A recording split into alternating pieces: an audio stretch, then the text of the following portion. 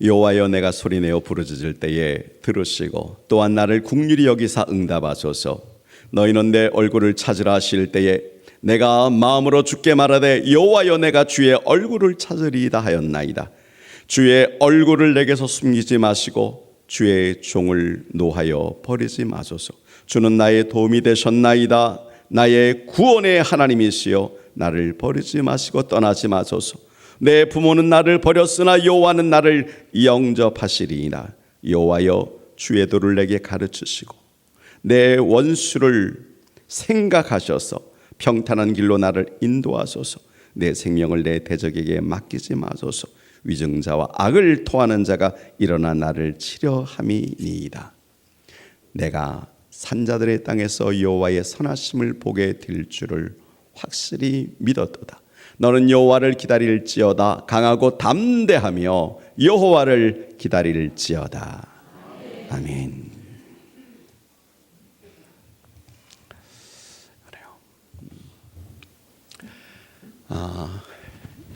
우리 성도님들의 얼굴을 이렇게 보니까 얼굴들이 굉장히 밝고 그리고 새벽녘에 본 우리 순장님들하고 지금 본 순장님들은 하늘과 땅만큼 달라요. 다들 아주 가장 예쁜 모습으로 하고 나오셨는데, 그런데 우리는 사람들을 이렇게 바라보면 탁 보는 순간에 많이 힘들었구나, 많이 어려웠구나, 너 왜 그렇게 힘들었니? 이제 그렇게 물어보잖아요. 뭘 보고요? 겉모습, 얼굴들을 보고 우리가 그런 얘기를 합니다. 그런데 사실 힘들다 그럴 때 뭐가 힘드냐고 하면은 마음이 힘든 거예요. 마음이 아픈 거예요. 마음이 여리고요, 이 마음 속에 상처가 이렇게 있는 거예요.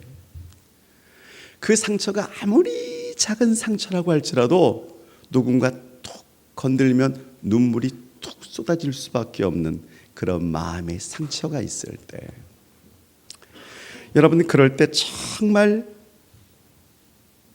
행복하세요? 난 마음에 상처가 있어도 행복해, 그런 분이 없어요. 그냥 한숨이 나오는 것을 꾹 참고 있고, 눈물이 나오고 싶은 것을 그저 꾹 참고 있고, 남 앞에서는 미소를 띠고 있지만 뒤돌아쓰고, 또 나 혼자 있을 때는 갑자기 모르게 눈물이 주르륵 흘러요. 그러면서도 또 교회 다닌다고 그런단 말이죠. 예수를 믿는다고 말을 합니다. 그럴 때 여러분 어떤 마음으로 예수님을 믿으세요? 내 마음의 상처로 말미암아 힘들고 어려운데 말이죠. 사실 가장 큰 마음의 상처가 무엇인가 하고 보면 몇 가지 종류가 있는데, 첫 번째로 나오는 것은 버림당하는 거예요. 버림당하는 거예요. 내가 그 회사를 정말 정하고 지금 다니는데, 회사에서 어느 날 오라 그래가지고 무슨 일인가 하고 갔더니 생각지도 못하는 청천벽력 같은 이야기. 내일부터는 안 나오셔도 됩니다. 요즘은 심지어 그냥 SNS로 통보를 한다면서요. 내일부터는 아무개 과장 나오지 마세요. 그럴 때 받는 충격은 이루 말할 수가 없을 거예요. 이러한 마음을 가지고 있으면 이걸 친구한테 말하기도 그렇고, 집에 가서 여보 나 잘렸어, 어떻게 그런 말을 할 수가 있겠어요? 혼자서 이걸 버티고 있습니다. 막 끙끙 앓고 있는 것이죠. 또 어떤 분들은 정말 그렇게 사랑했던 자, 내가 그렇게 사랑했었어요, 그러면 나도 그의 사랑을 받을 줄 알았어요. 그런데 나중에 그가 나를 버린 거예요. 나는 그렇게 좋아했는데 결론은 이어지질 못한 것이죠. 그게 마음의 상처가 되어지기도 해요. 이런 건 그래도 괜찮아요. 어떤 분은 부모가 나를 버렸어요. 있을 수가 없는 얘기예요. 누구에게도 말할 수가 없는 얘기예요. 버림당한 건. 두 번째는 외면당하는 게 있어요. 비슷한 것 같지만 사람들과의 관계 속에서 외면을 당하는 거예요. 다른 말로 말을 하면 무시당하는 거예요. 내가 가진 것, 내가 입은 것, 내가 타고 다니는 것, 그런 것들이 마치 나라는 사람인 것처럼 존재감이 내비쳐지면서 상대가 나를 무시해버리는 거예요.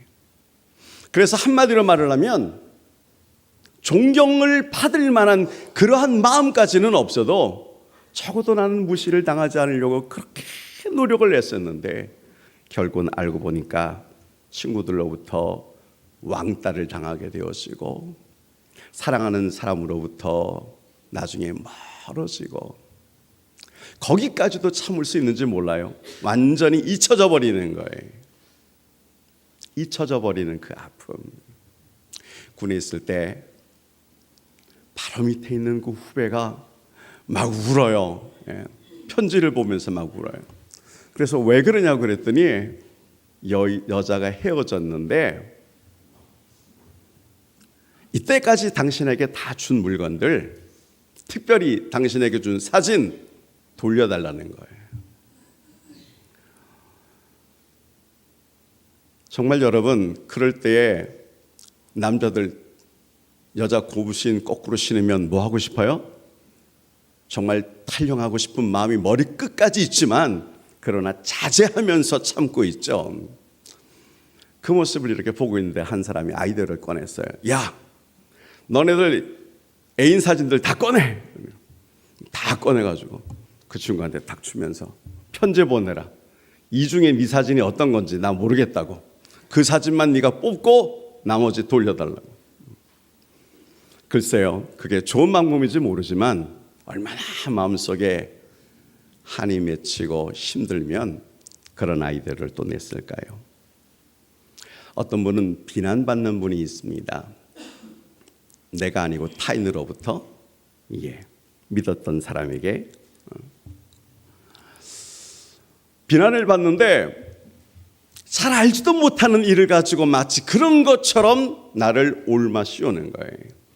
나는 그런 일을 하지 않았어요. 한마디로 오해를 당하는 것 같아요. 그런데 상대는 그걸 믿어버리는 거예요. 그리고 여러분, 인터넷에 댓글을 올리는데 좋은 글을 올리는 것이 아니고 뒤통수를 치면서 사람을 완전히 전 오프라인상에 나를 갖다가 띄우는데 형편없는 자로 띄울 때 내 마음속에 이야, 내가 그렇게 비난받을 사람인가? 내가 이 정도밖에 안 되나? 그런 생각 가지기도 해요. 더 안타까운 것은 뭐냐고 하면 배신당하는 거예요. 배신받는 거예요. 그때는 억울하죠. 아니, 내가 그렇게 믿는 사람에게 배신을 당할 때, 심지어는 내가 그렇게 사랑했던 사람에게 배신을 당할 때, 그래서 저는 성경상에서 예수님도 배신을 당한 적이 있으세요? 예수님 우리의 마음을 아세요? 근데 예수님께서 정말 싫어한다고 생각하는 것이 떠올랐습니다. 예수님께서 배반하는 걸 그렇게 싫어하세요. 가룟 유다 바라보면서 예수님께서 말씀하셨어요. 12명의 제자 가운데 한 사람이었어요. 3년 동안 그를 기르고 능력을 베풀었어요. 그리고 그에게 가장 중요한 것들을 다 맡겼어요. 그런 그가 예수 그리스도를 팔아버리는 배신의 자리에 서 있고 마지막에는 가까이 나와서 입을 맞추면서 내가 입 맞추는 그가 바로 예수다, 이렇게 알려준 자를 예수님이 뭐라 그런지 아세요? 차라리 태어나지 않았으면 더 좋았을 것을. 여러분, 버림당하는 거, 외면, 비판, 배반, 이런 것들이 다른 사람에게 일어나면 모르는데 나에게 일어날 때 이런 것들이 나에게 상처가 되어지기도 합니다. 거절의 상처죠. 마음에 큰 상처가 되어지는 거예요. 그럴 때 우리 마음에 나타나는 몇 가지 반응이 있습니다. 그 반응은 다른 것 아니에요. 첫 번째는 그냥 아픈 거예요. 마음이 너무 아픈 거예요. 찢어지게 아픈 거예요. 정말 어떻게 할 수가 없어요. 방법이 없어요. 성경에 보니까 다윗 같은 자, 신약 성경에서는 내 마음에 합한 자라고 말했던 그 다윗도 범죄함으로 인하여서 쫓겨다닐 때가 있었어요. 그것도 자기가 그렇게 믿었던, 눈에 넣어도 아프지 않을 만한 자식, 아들 가운데 압살롬이라고 하는 왕자가 있었는데, 그 왕자가 난을 일으켜가지고 자기의 부하들을 갖다가 설득해서 자기의 반대편에 쓰면서, 그리고 자기를 내쫓는 거예요. 대항에서 싸울 수도 있었지만 자식하고 싸울 수가 없길래, 그래서 결국은 예루살렘 성을 버리고 떠나게 되었는 거예요. 그때 여러분, 머리를 제대로 다듬지를 못했어요. 옷을 제대로 입지를 못했어요. 그리고 그의 백성 따르는 부하들과 함께 가는데, 한 사람이 고래 소리를 지르면서 삿대질을 하고 손가락질을 하면서 다윗 앞에 나옵니다. 그가 누구냐고 하면 바로 시므이요. 가거라, 가거라, 피 흘린 자여, 가거라, 가거라. 나는 사울 왕을 따르는 사람인데, 다윗, 너 쫓겨날 줄 알았어? 그건 네가 사울을 갖다가 형편없이 만들었기 때문에 그래. 사실은 그렇지 않았어요. 다윗은 사울 왕에게 손대지 않았어요. 그는 하나님 앞에서 기름 부음을 받은 자였기 때문에 특별히 죽일 기회가 있어도 그런 마음조차 가진 것에 대해서 탄식을 한 자가 바로 다윗이었어요. 그러나 그가 왕이 되었을 때 범죄한 한 사건을 통해서 지금같이 힘들고 어려운 일을 당하고 있습니다. 옆에 있는 요압이, 장군이 칼로 목을 쳐 베버릴까요? 그럴 때 아니야. 저 시므이는 말이지, 하나님께서 지금 저를 통해서 나에게 말씀하고 있는 거야. 그리고 내버려 두는 거예요. 여러분, 마음이 정말 아파요. 힘들어요. 그럴 때 그냥 내버려 두는 거예요. 두 번째로 오는 반응이 뭐냐면 화가 나는 거예요. 견딜 수가 없어요. 마치 다윗 옆에 있던 요압이 화를 낸 것처럼 우리도 도대체 내가 뭘 잘못한 거야? 아니, 내가 어떻게 그런 일을 할 수가 있어? 나도 이해가 안 될 때가 있어요. 그러면서 화가 치밀어 오르는 거예요. 상대를 통해서 화가 치밀어 오르는 거예요. 나중에는 나 자신에게 화가 치밀어 오르는 거예요. 내가 어떻게 그런 일을 했을까? 그러면서 분노심을 가지기 시작을 합니다. 거기에서 다음 단계로 넘어가는 것이 자개 단계예요. 그래, 그렇지 뭘. 그들의 말이 맞아. 나는 그것밖에 안 되지. 내가 지금까지 성공한 것이 뭐 있어? 내가 지금까지 보여준 것이 뭐 있어? 자랑할 것이 뭐 있어? 그래, 난 이것밖에 안 되는 거야. 내가 죽일 놈이지. 그래요. 그러면서 여러분 마음속에 자괴감이 싹 오는데, 그걸 다른 말로 말을 해서 열등감이라 그러는 거예요.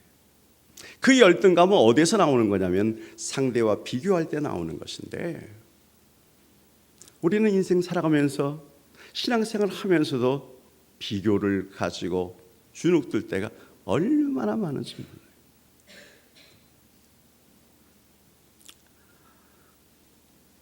마지막으로 오는 것이 뭐냐면, 그래서 믿지를 못하는 거예요. 아니, 상대를 믿고 싶지가 않아요. 그래서 대화를 나누고 싶지를 않아요. 점점 멀어져요. 혼자 있고 싶어요. 왜냐고 하면 내가 또 믿었다가 그가 배반을 해버리거나 그러면 내 마음의 상처가 전보다 더 클 것 같은 느낌이 들어서, 그래서 사람들을 믿을 수가 없어요. 나는 더 이상 사람들에게 거절당하고 싶지가 않아. 사회 공동체 속으로 들어가지를 못하고 혼자 개인으로 떨어져요. 어떤 사람은 멀리 떨어지기를 원해요. 어떤 사람은 아주 멀리 떨어지길 원해요. 아주 멀리 살자. 그걸 거꾸로 하는 거예요.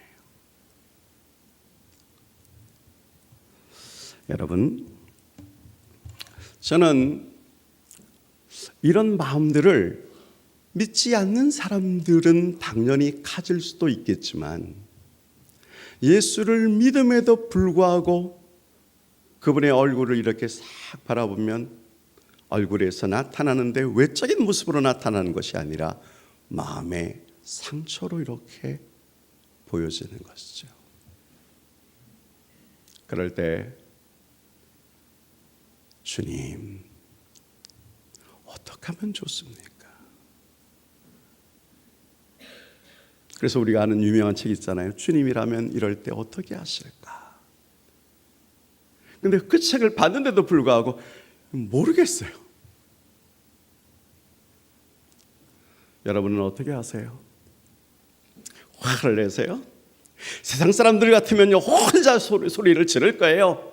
노래방에 가서 아는 노래 처음부터 끝까지 다 부르고 늦은 밤에 술까지 마시면서 고래고래 소리를 지르고 그리고 난 다음에 머리를 흔들고 내일 아침에 오지 않기를 원하고 아침에 오면 일어나기 싫고, 그건 세상 사람들이 하는 거죠.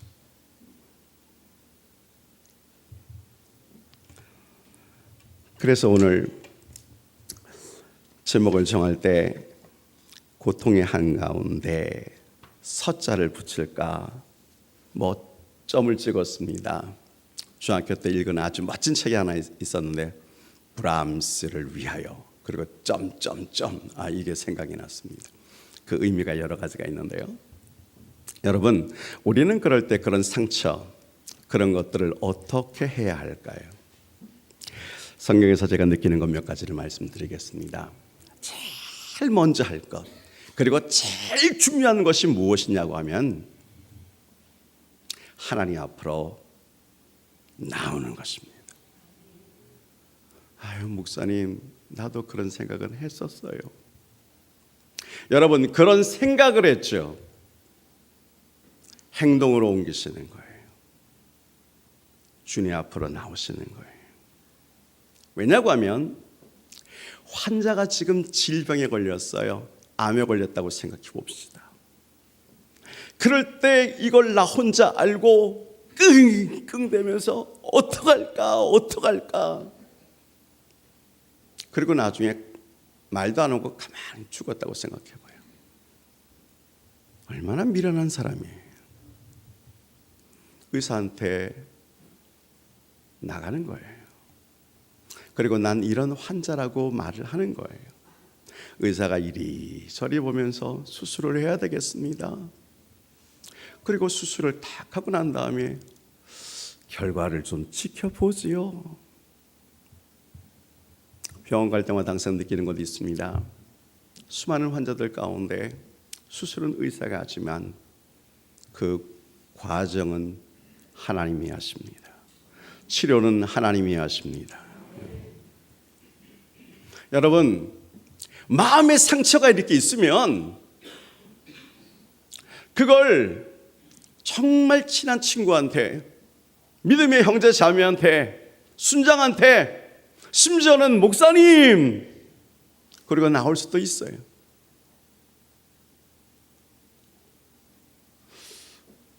요즘은 그러지 않은데 처음에 개척하고 한 몇 개월 됐나요?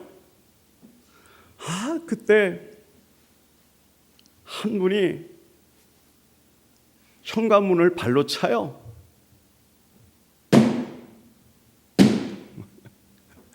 그래서 시계를 보니까 새벽 1시야.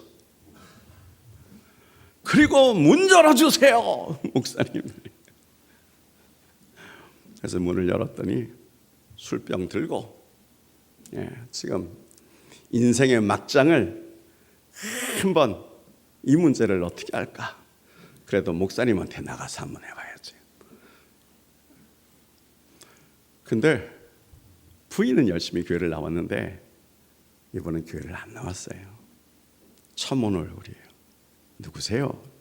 그랬더니 난 누구 남편입니다. 그러세요. 예, 들어오세요.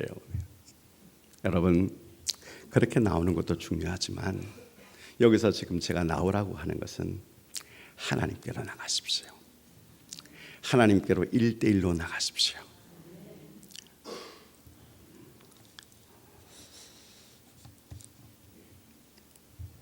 마음에 상처가 있을 때는요, 절대 혼자 가지고 있지 마세요. 목사님, 웬만한 거는요 사람한테 얘기하고 싶지만 진짜로 말 못할 얘기가 있잖아요. 오늘 본문에요, 이 시편의 기자가 이런 말을 해요. 4절에 보니까 10절에 보니까 내 부모는 나를 버렸으나, 세상에 부모가 버렸어요. 여기 버렸다는 것은 그냥 키우기가 싫어서 다 버리고 정말 그냥 상자 박스에다가 그 핏덩어리를 이렇게 버린 그런 의미도 있지만, 제가 아는 어떤 한 자매는 위로 첫째도 언니, 둘째도 언니, 셋째도 언니, 그리고 자기를 어머니가 낳은 거예요. 아버지가 딸 낳을 때마다, 시어머니가 딸들을 낳을 때마다 입에서 막 그냥 육두문자가 막 나가는 그런 집에서 귀한 생명이 태어났는데도 불구하고 자기 이름을 뭐라고 졌냐면 끝순이, 더 이상 낳지 말라고. 누구를? 딸 낳지 말라고. 그런데요, 이 시어머니가 얼마나 그냥 뭐 앙심을 먹었는지 몰라도 그래도 또 낳아라. 아들 낳을 때까지. 근데 5번째가 아들이 나온 거예요. 뭐 얼굴이 확 폈죠. 그리고 온 신경이 다 어디로 가요? 그 아들한테로 가서 자기가 경험해보지도 못한 그런 대우를 막 받고 있는 것입니다.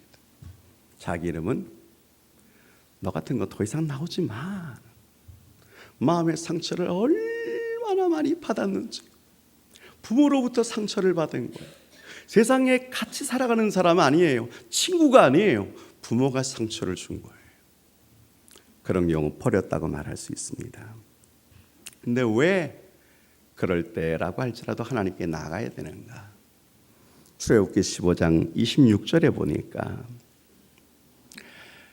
맨 밑에 줄에 나는 너희를 치료하는 여호와니라. 치료하는 여호와, 다른 말로 보니까 샤파, 라파. 하나님은 치료하는 분.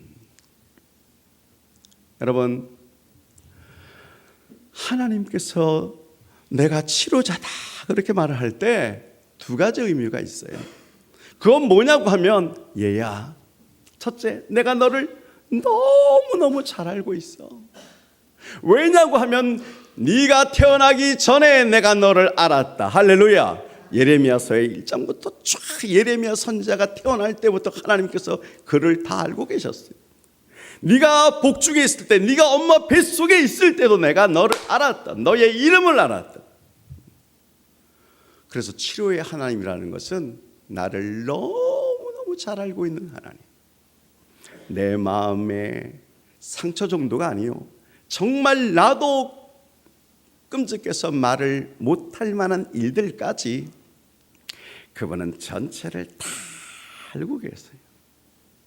그런데 이 말 못할 문제의 중심에 뭐가 있냐고 하면은 죄라고 하는 덩어리가 폴폴폴 내 가슴 속에서 타오르고 있는 것이죠. 사람은 어떻게 해요? 사람은 잡아다가 집어넣는 것밖에 없어요. 그리고 나와도 인정하지 않는 거예요, 사람으로.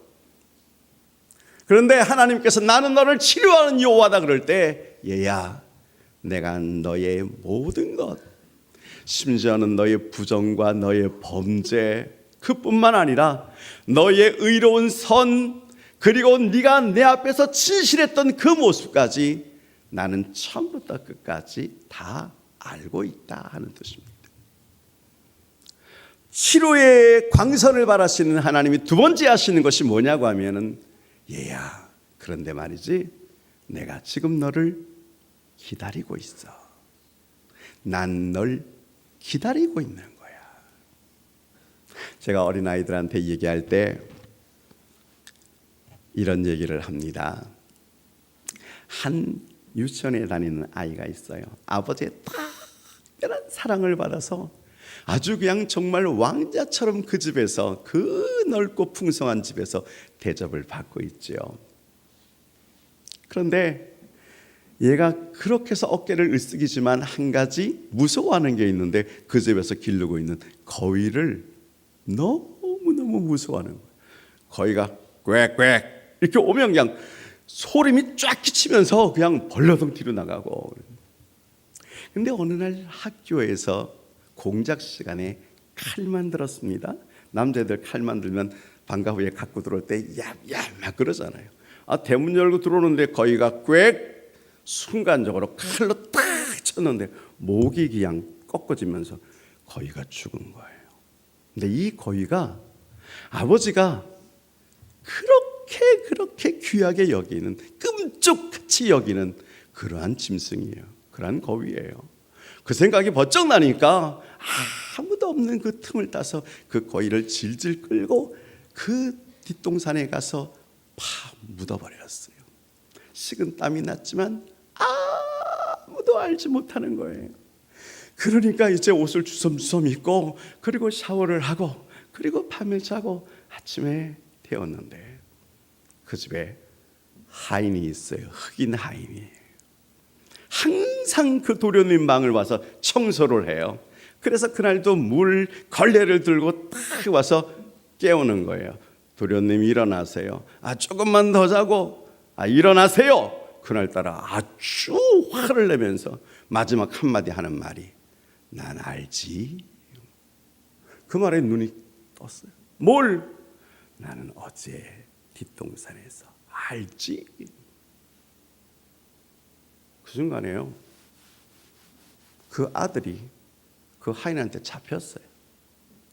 나중에는 하인이 앉아서 식탁에서 책 보고 과일을 먹고 있을 때 쓸으세요, 닦으세요, 청소하세요. 자식이 지금 그 청소를 거꾸로 하고 있는 거예요. 식은 땀이 줄줄 흐르고 덩어리에서 땀이 흐르지만, 여러분, 죄 짓고 죄의 노예가 되었으면 원수마귀가 우리를 그렇게 조롱을 해요. 예수 믿는다고? 교회 다닌다고? 직분도 맡았다고? 그런 네가 그런 일을 해. 그럴 때 마음에 얼마나 큰 자괴감이 오는지 몰라요. 그리고 조용히 와서 기도해 나가는데 아버지 하지만 밖으로 나가면 또 그 생활을 또 해나가고 또 반복하고, 내가 자기가 싫어. 용납할 수가 없어요. 그런 생활을 하루, 일주일, 한 달, 그러니까 애가 어떻게 돼요? 점점 수축되어져 가잖아요. 도저히 이렇게 살 수 없어요. 용기를 내야 되겠어요. 이것은 아버지와의 문제예요. 내가 아버지 앞에 나가야지. 그리고 2층에 있는 그 서재에 아버지 방으로 조심조심 들어갑니다. 문을 두드립니다. 들어오라 그럽니다. 섰습니다. 그러나 말을 못합니다. 쭈삣쭈삣하고 있습니다. 그리고 간신히 말을 했습니다. 아버지 사랑하는 거위를 죽였어요. 아버지가 노려봅니다. 그리고 아버지 한마디 합니다. 왜 지금 왔니? 왜 지금 왔어? 네가 거위를 죽이는 그 순간에 내가 2층 서재에서 창문에서 그 장면을 보고 있었는데, 내가 참았다. 내가 기다렸다. 네가 오기까지 기다렸다. 그러면서 그냥 그 아들을 안아주는데 눈물이 막 그냥 쏟아지면서, 잘못됐어요. 그래, 온 걸로 됐어. 다 용서해 줄게. 아무리 거위가 비싸고 뭐 내가 그렇게 해도 너만큼 내가 하겠니? 여러분, 예수 믿는 사람들이 말이죠, 죄 안에 거하고 죄 가운데 거하고 하나님과의 관계가 정상이 되었지 않으면 그렇게 힘들고 그렇게 어려워요. 그렇게 안타깝고 그렇게 답답해요. 계단에서 쓱 내려옵니다. 그날따라 기분이 너무너무 좋습니다.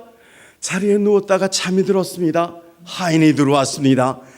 일어나라고 깨웁니다. 조금만 더 잘게. 하인이 말합니다. 알지? 근데 뭐 아는데 뭐? 아니 내가 안다니까? 아니 아는데 뭐? 내가 그러면 내가 입을 열면 이렇게 되어서는 그래 입 열어서 말을 해. 여러분 죄의 용서함이 얼마나 우리의 영혼을 윤택하게 하는지 아십니까? 이 사유의 은혜가 있기를 주의 이름으로 축원합니다. 그거 하려면 하나님 앞에 나가는 거예요. 원수마귀의 노예가 되지 마세요. 그의 끈앞풀이 되지 마세요. 그가 조종하는 대로 예수 믿으면서도 힘들어요. 이 교회 가니까 아무 교회가 어떻고 저 교회 가니까 또 괴롭히는 사람이 있고 아는 사람이 있고 아유 없는 대로 떠나자. 예수는 못 떠나겠고 멀리라도 떠나야 될 텐데. 그래서 여러분 전하다 보면 교회는 안 다닌대요. 근데 자기 누구 믿는데? 예수를 믿는데요. 왜 그래요? 문제가 해결되었지 않아서 그래요. 이런 분들이 혹 우리 가운데 계십니까? 오늘 주 앞에 나오시기를 주의 이름으로 축원합니다. 축원합니다. 예수님 당시에도 이런 사람들이 있었습니다. 누가복음 17장에 보면 10명의 문둥병자가 있었습니다. 그 문둥병자가 되었다는 것은 당시에 가족과 헤어질 수밖에 없어요. 아무리 사랑해도 그 마을에서 떠날 수밖에 없어요. 심지어는요 레위기에 보니까 성전에 들어갈 수도 없어요. 그러니까 하나님께로부터도 버림을 받은 자예요. 소망이 뭐가 있겠어? 몰골을 봐도 몰골이 말이 아니죠. 옷 입은 걸 봐도 그들끼리 생활하고 그들끼리 공동체 생활을 하는 그 나병 환자들의 소망이 도대체 뭐가 있습니까? 근데 그들에게 어느 날 소식이 한 가지 들려왔습니다. 그것은 예수라는 자가 사마리아의 한 마을로 들어온다는 거예요. 그래서 10명이나 되어지는 문둥병자들이 드디어 결단을 했습니다. 우리가 주님께로 나가자. 여러분 생각만 한 게 아니에요. 사실은 나병 환자가 문둥이가 여러분 옆에 가까이 한번 있어 보세요. 느낌이 어떤가요?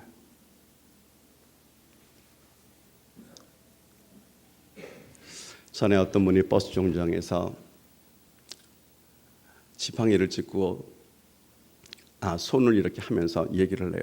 저 옆에 계신 분들 중에서 누구든지 좋습니다. 몇 번 버스 있으면 저한테 알려주십시오. 그런 소경이었습니다. 눈먼자였습니다.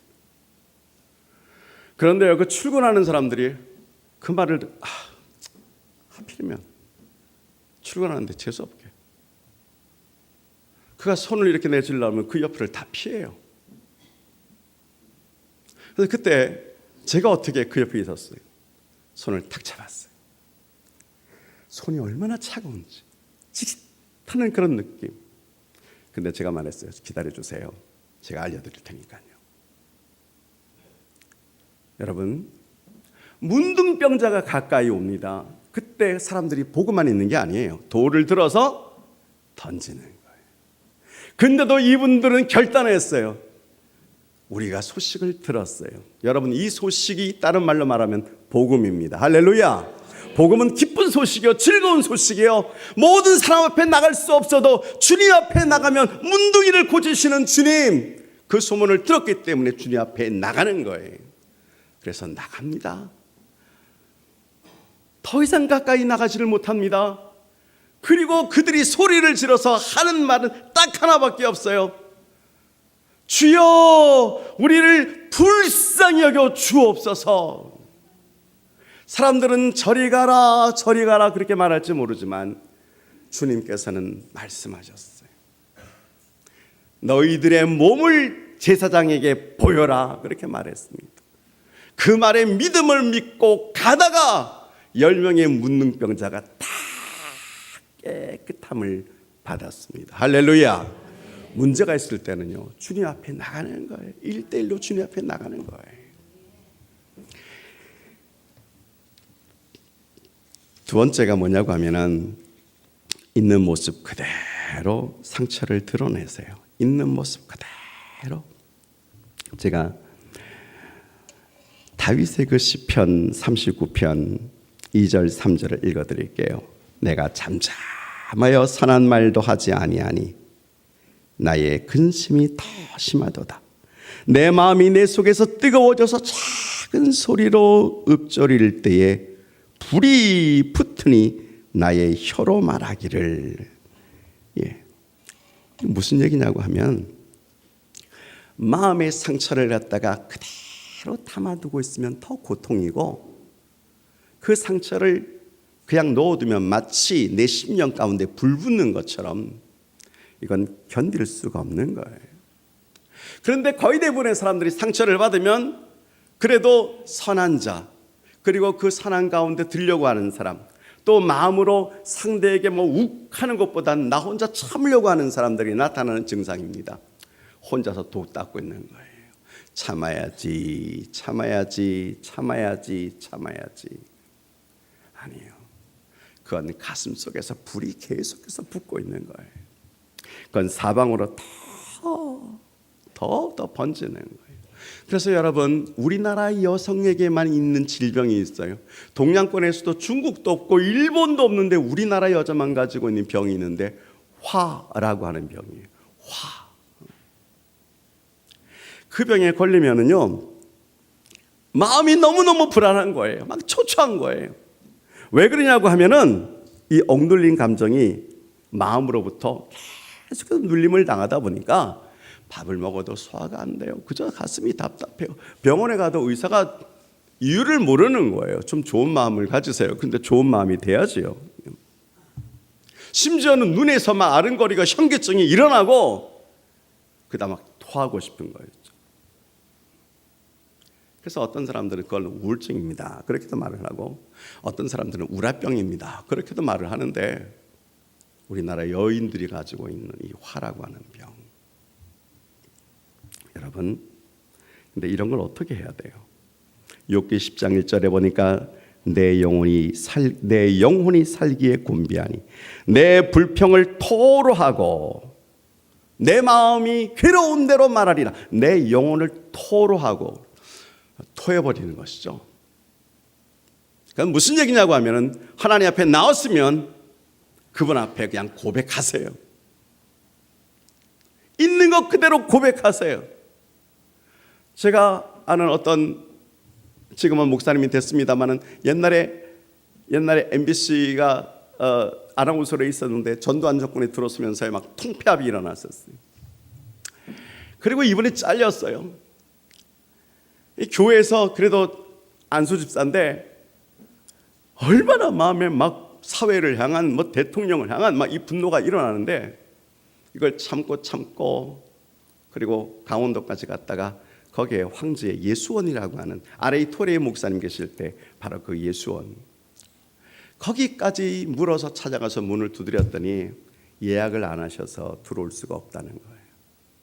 이분이 그 앞에서 하루를 있었더니 밤에 거기서 한 수사가 와서 집사님이 나와가지고 들어오라 그래서요. 그래서 왜 어떻게 오셨냐고, 말이 안 나오는 거예요. 말을 하고 싶지 않은 거예요.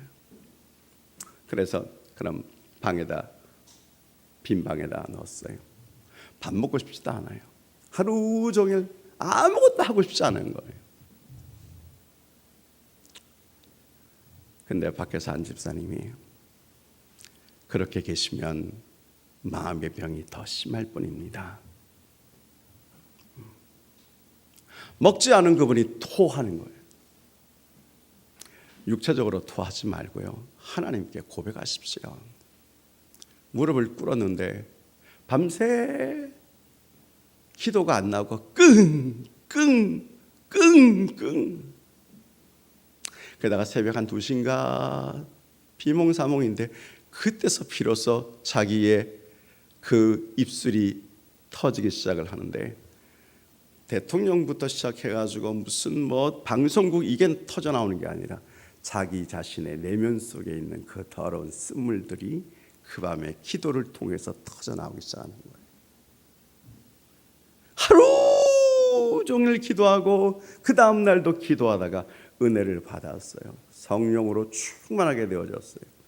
얼굴이 확 달라져 버렸어요. 남들은 퍼마시고 소리를 지르는데 이분은 그 토레이 목사님 그 예수원에 가가지고 며칠 있다가 은혜를 받고는 다시 한번 마음을 정했어요. 지금은 목회자가 되어졌어요. 여러분, 마음 힘들고 어려우면 주님 앞에 나오는 것뿐만 아니라 고백하시기를 주의 이름으로 축원합니다. 세 번째가 뭐냐면 상대편에서 한번 보세요. 내 마음의 상처를 상대편에서 한번 보는 거예요. 그리고 나도 이 말을 하기가 힘들지만, 아니 힘든 정도가 아니고 어렵지만, 그러나 성경을 통해서 느끼는 것이 뭐냐고 하면 할 수밖에 없으니까 고백합니다. 상대편에서 보는 것도 중요하지만 상대를 용서하십시오. 바로 당신이 용서하셔야 돼요.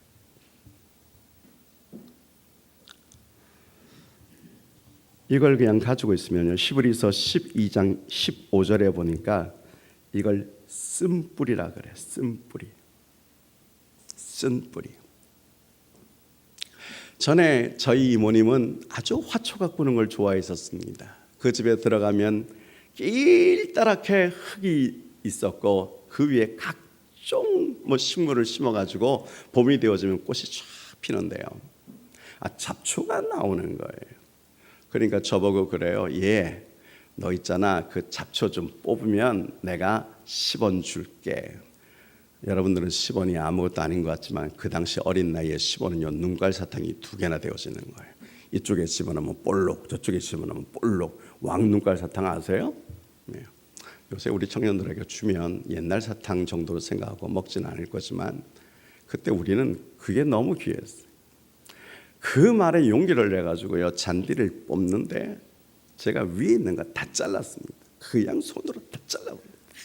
그냥 막 어떤 건 뽑히기도 하지만 자르고. 저희 이모님도 한쪽에 앉아가지고 또 하는데 속도가 누가 빠르냐면 내가 훨씬 더 빨라. 뭘 갖고 싶어서. 근데요, 한 주가 지나고 한 달이 되어졌는데 다시 그 심은 데서 싹이 쫙 나는데 내가 뽑은 데서는 잡초가 다시 나기 시작하는 거예요. 왜요? 나는 뿌리째 자르지를 않고 위에 있는 것만 잘랐어요. 여러분들이 주 앞에 나와서요 고백하는 것도 중요한데 건성으로 하시고 있는 정도만 하시고 토하는 현물까지 키면서 나오지 않으면 나중에 쓴뿌리가 또 나오는 거예요. 회개를 해놓고도 또 힘들어요. 그러면서 다 모든 기독교인들은 위선자로 보여. 나도 해보니까 다 위선자던데 고백을 진실로 하는 사람이 어디 있어? 근데 여러분, 이런 쓴뿌리가 우리의 상처를 더 아프게 만들고 그러면 그 뿌리가 더 자라나서 나중에 상대를 딱 보면 용서보다는 적개심이, 마음속에 복수의 마음이, 이게 쓴뿌리예요. 용서해줘야지, 그래 용서해줘야지. 그런데 보는 순간에 터져나오는 거예요. 뒤돌았으면 안타깝고 왜 내가 그런 말을 했는가 생각이 들어도 그때는 시원하다고 생각하고 모든 사람들이 그러는데 여러분, 용서해야 되나요?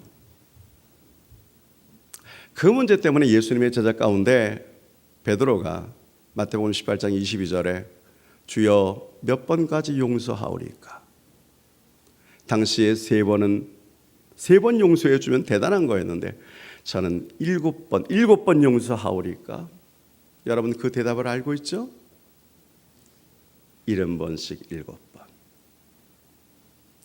너 490번이나 용서해도 그 얘기는 뭐냐면 끝없이 용서해 주는 거예요. 또 용서해 주는 거예요. 또 용서해 주는 거예요. 사랑하는 우리 형제님들, 심판은 하나님의 손에 맡기십시오. 그분이 하실 것입니다. 우리가 할 일은 뭐냐고 하면은, 내가 할 일은 뭐냐고 하면은 용서해 주는 거예요. 왜 그게 필요하냐면 내가 치료되어지기 때문에 그렇습니다. 내가 변하기 때문에 그렇습니다. 마지막 한 가지 더 말씀드릴게요. 이거는 마치 음식물을 다 담고 자루를 짜매는 것과 같아서 그냥 풀른 상태로 내두를 수가 없었어요. 더 중요한 것은 마지막에 나 자신을 용서하세요. 상대를 용서했다 그러면서 내가 용서함을 받지 않고 내가 나를 용서하지 않으면 여전히 있음뿌리는 그대로 있습니다. 그래서 로마서 15장 7절에 그러므로 그리스도께서 우리를 받아 하나님의 영광을 돌리심같이 너희도 서로 받으라. 받으라는 용어에 대해서는 설명을 시간이 없어서 못하겠습니다. 그러나 중요한 건 여러분, 내가 하나님 앞에 나갈 때 있는 것 그대로 나가십시오. 병든 것 그대로 나가십시오. 고침받아야 될 것 그대로 나가십시오. 연약한 것 그대로 나가십시오. 병자가 나갈 때 내가 조금 고침을 받고 의사한테 나갈게요. 그건 어리석은 자잖아요. 내가 하나님 앞에 어느 정도 준비하고 나가야죠. 아니요. 상처가 깊으면 깊을수록, 도저히 방법이 없으면 없을수록 그냥 쭉 나가십시오. 그럴 때 나 자신을 보세요. 내가 나를 보는 눈이 있어요. 상대가 나를 보는 눈이 있어요. 시간이 없어 그 얘기는 하지 못하겠지만 하나님께서 나를 보는 눈이 있습니다. 할렐루야. 주님께서 보시는 눈의 핵심이 뭐냐고 하면은 용서라고 하는 것입니다. 난 널 용서한다. 아니 주님이 어떻게 용서하십니까? 내가 너의 죄를 위해서 십자가에 달렸노라. 하나님께서 예수 그리스도의 십자가의 그 보혈의 피, 그것을 통해서 나의 모든 죄를 다 덮어주셨는데 하나님께서 예수 그리스도를 통해서 나를 보니까 하나님 앞에서 내가 의인이 되어진 거예요. 내가 하나님 앞에서 용서함을 받은 거예요. 하나님께서 기억도 하지 아니하는 거예요. 할렐루야. 이런 은혜가 얼마나 큰지, 이것이 바로 주님의 사랑입니다. 이 사랑 안에 여러분 거하시기를 원하십니까? 저는 어느 한 자매가 이런 말을 했습니다. 교회를 갔더니요, 환영한다 그래가지고 노래를 불러주는데 당신은 사랑받기 위해, 근데 난 아니야. 난 사랑받기 위해서 태어난 내가 아니야. 근데 이 자매가 은혜를 받고 믿음 안에 거하면서 청년부의 일 열심히 하다가 나중에 정말 하나님께서 자기를 얼마나 사랑하는지를 알았어요. 그때 유행하던 노래가 있습니다. 감사해요. 깨닫지 못했는데. 그래요. 사랑하는 우리 한사랑의 성도님들, 오늘 상처 안 받은 분이 우리 가운데 누가 있을까요? 오늘 그 상처를 가지고 그대로 나가지 마세요. 주님 앞에 오늘 나오셨으니까. 이 자리 나오는 거 힘들게 나오셨잖아요. 아까 세 가지 좀 일어나세요. 일어나는데 여러분 얼마나 힘들어요. 안타깝고요. 그런데 아무튼 그런 마음으로 나오셨잖아요. 그리고 고백하십시오. 하나님께서 손 붙잡아 주실 것입니다. 그리스도의 보혈로서 나를 덮어 주실 것입니다. 그 은혜를 얻기를 주의 이름으로 축원합니다.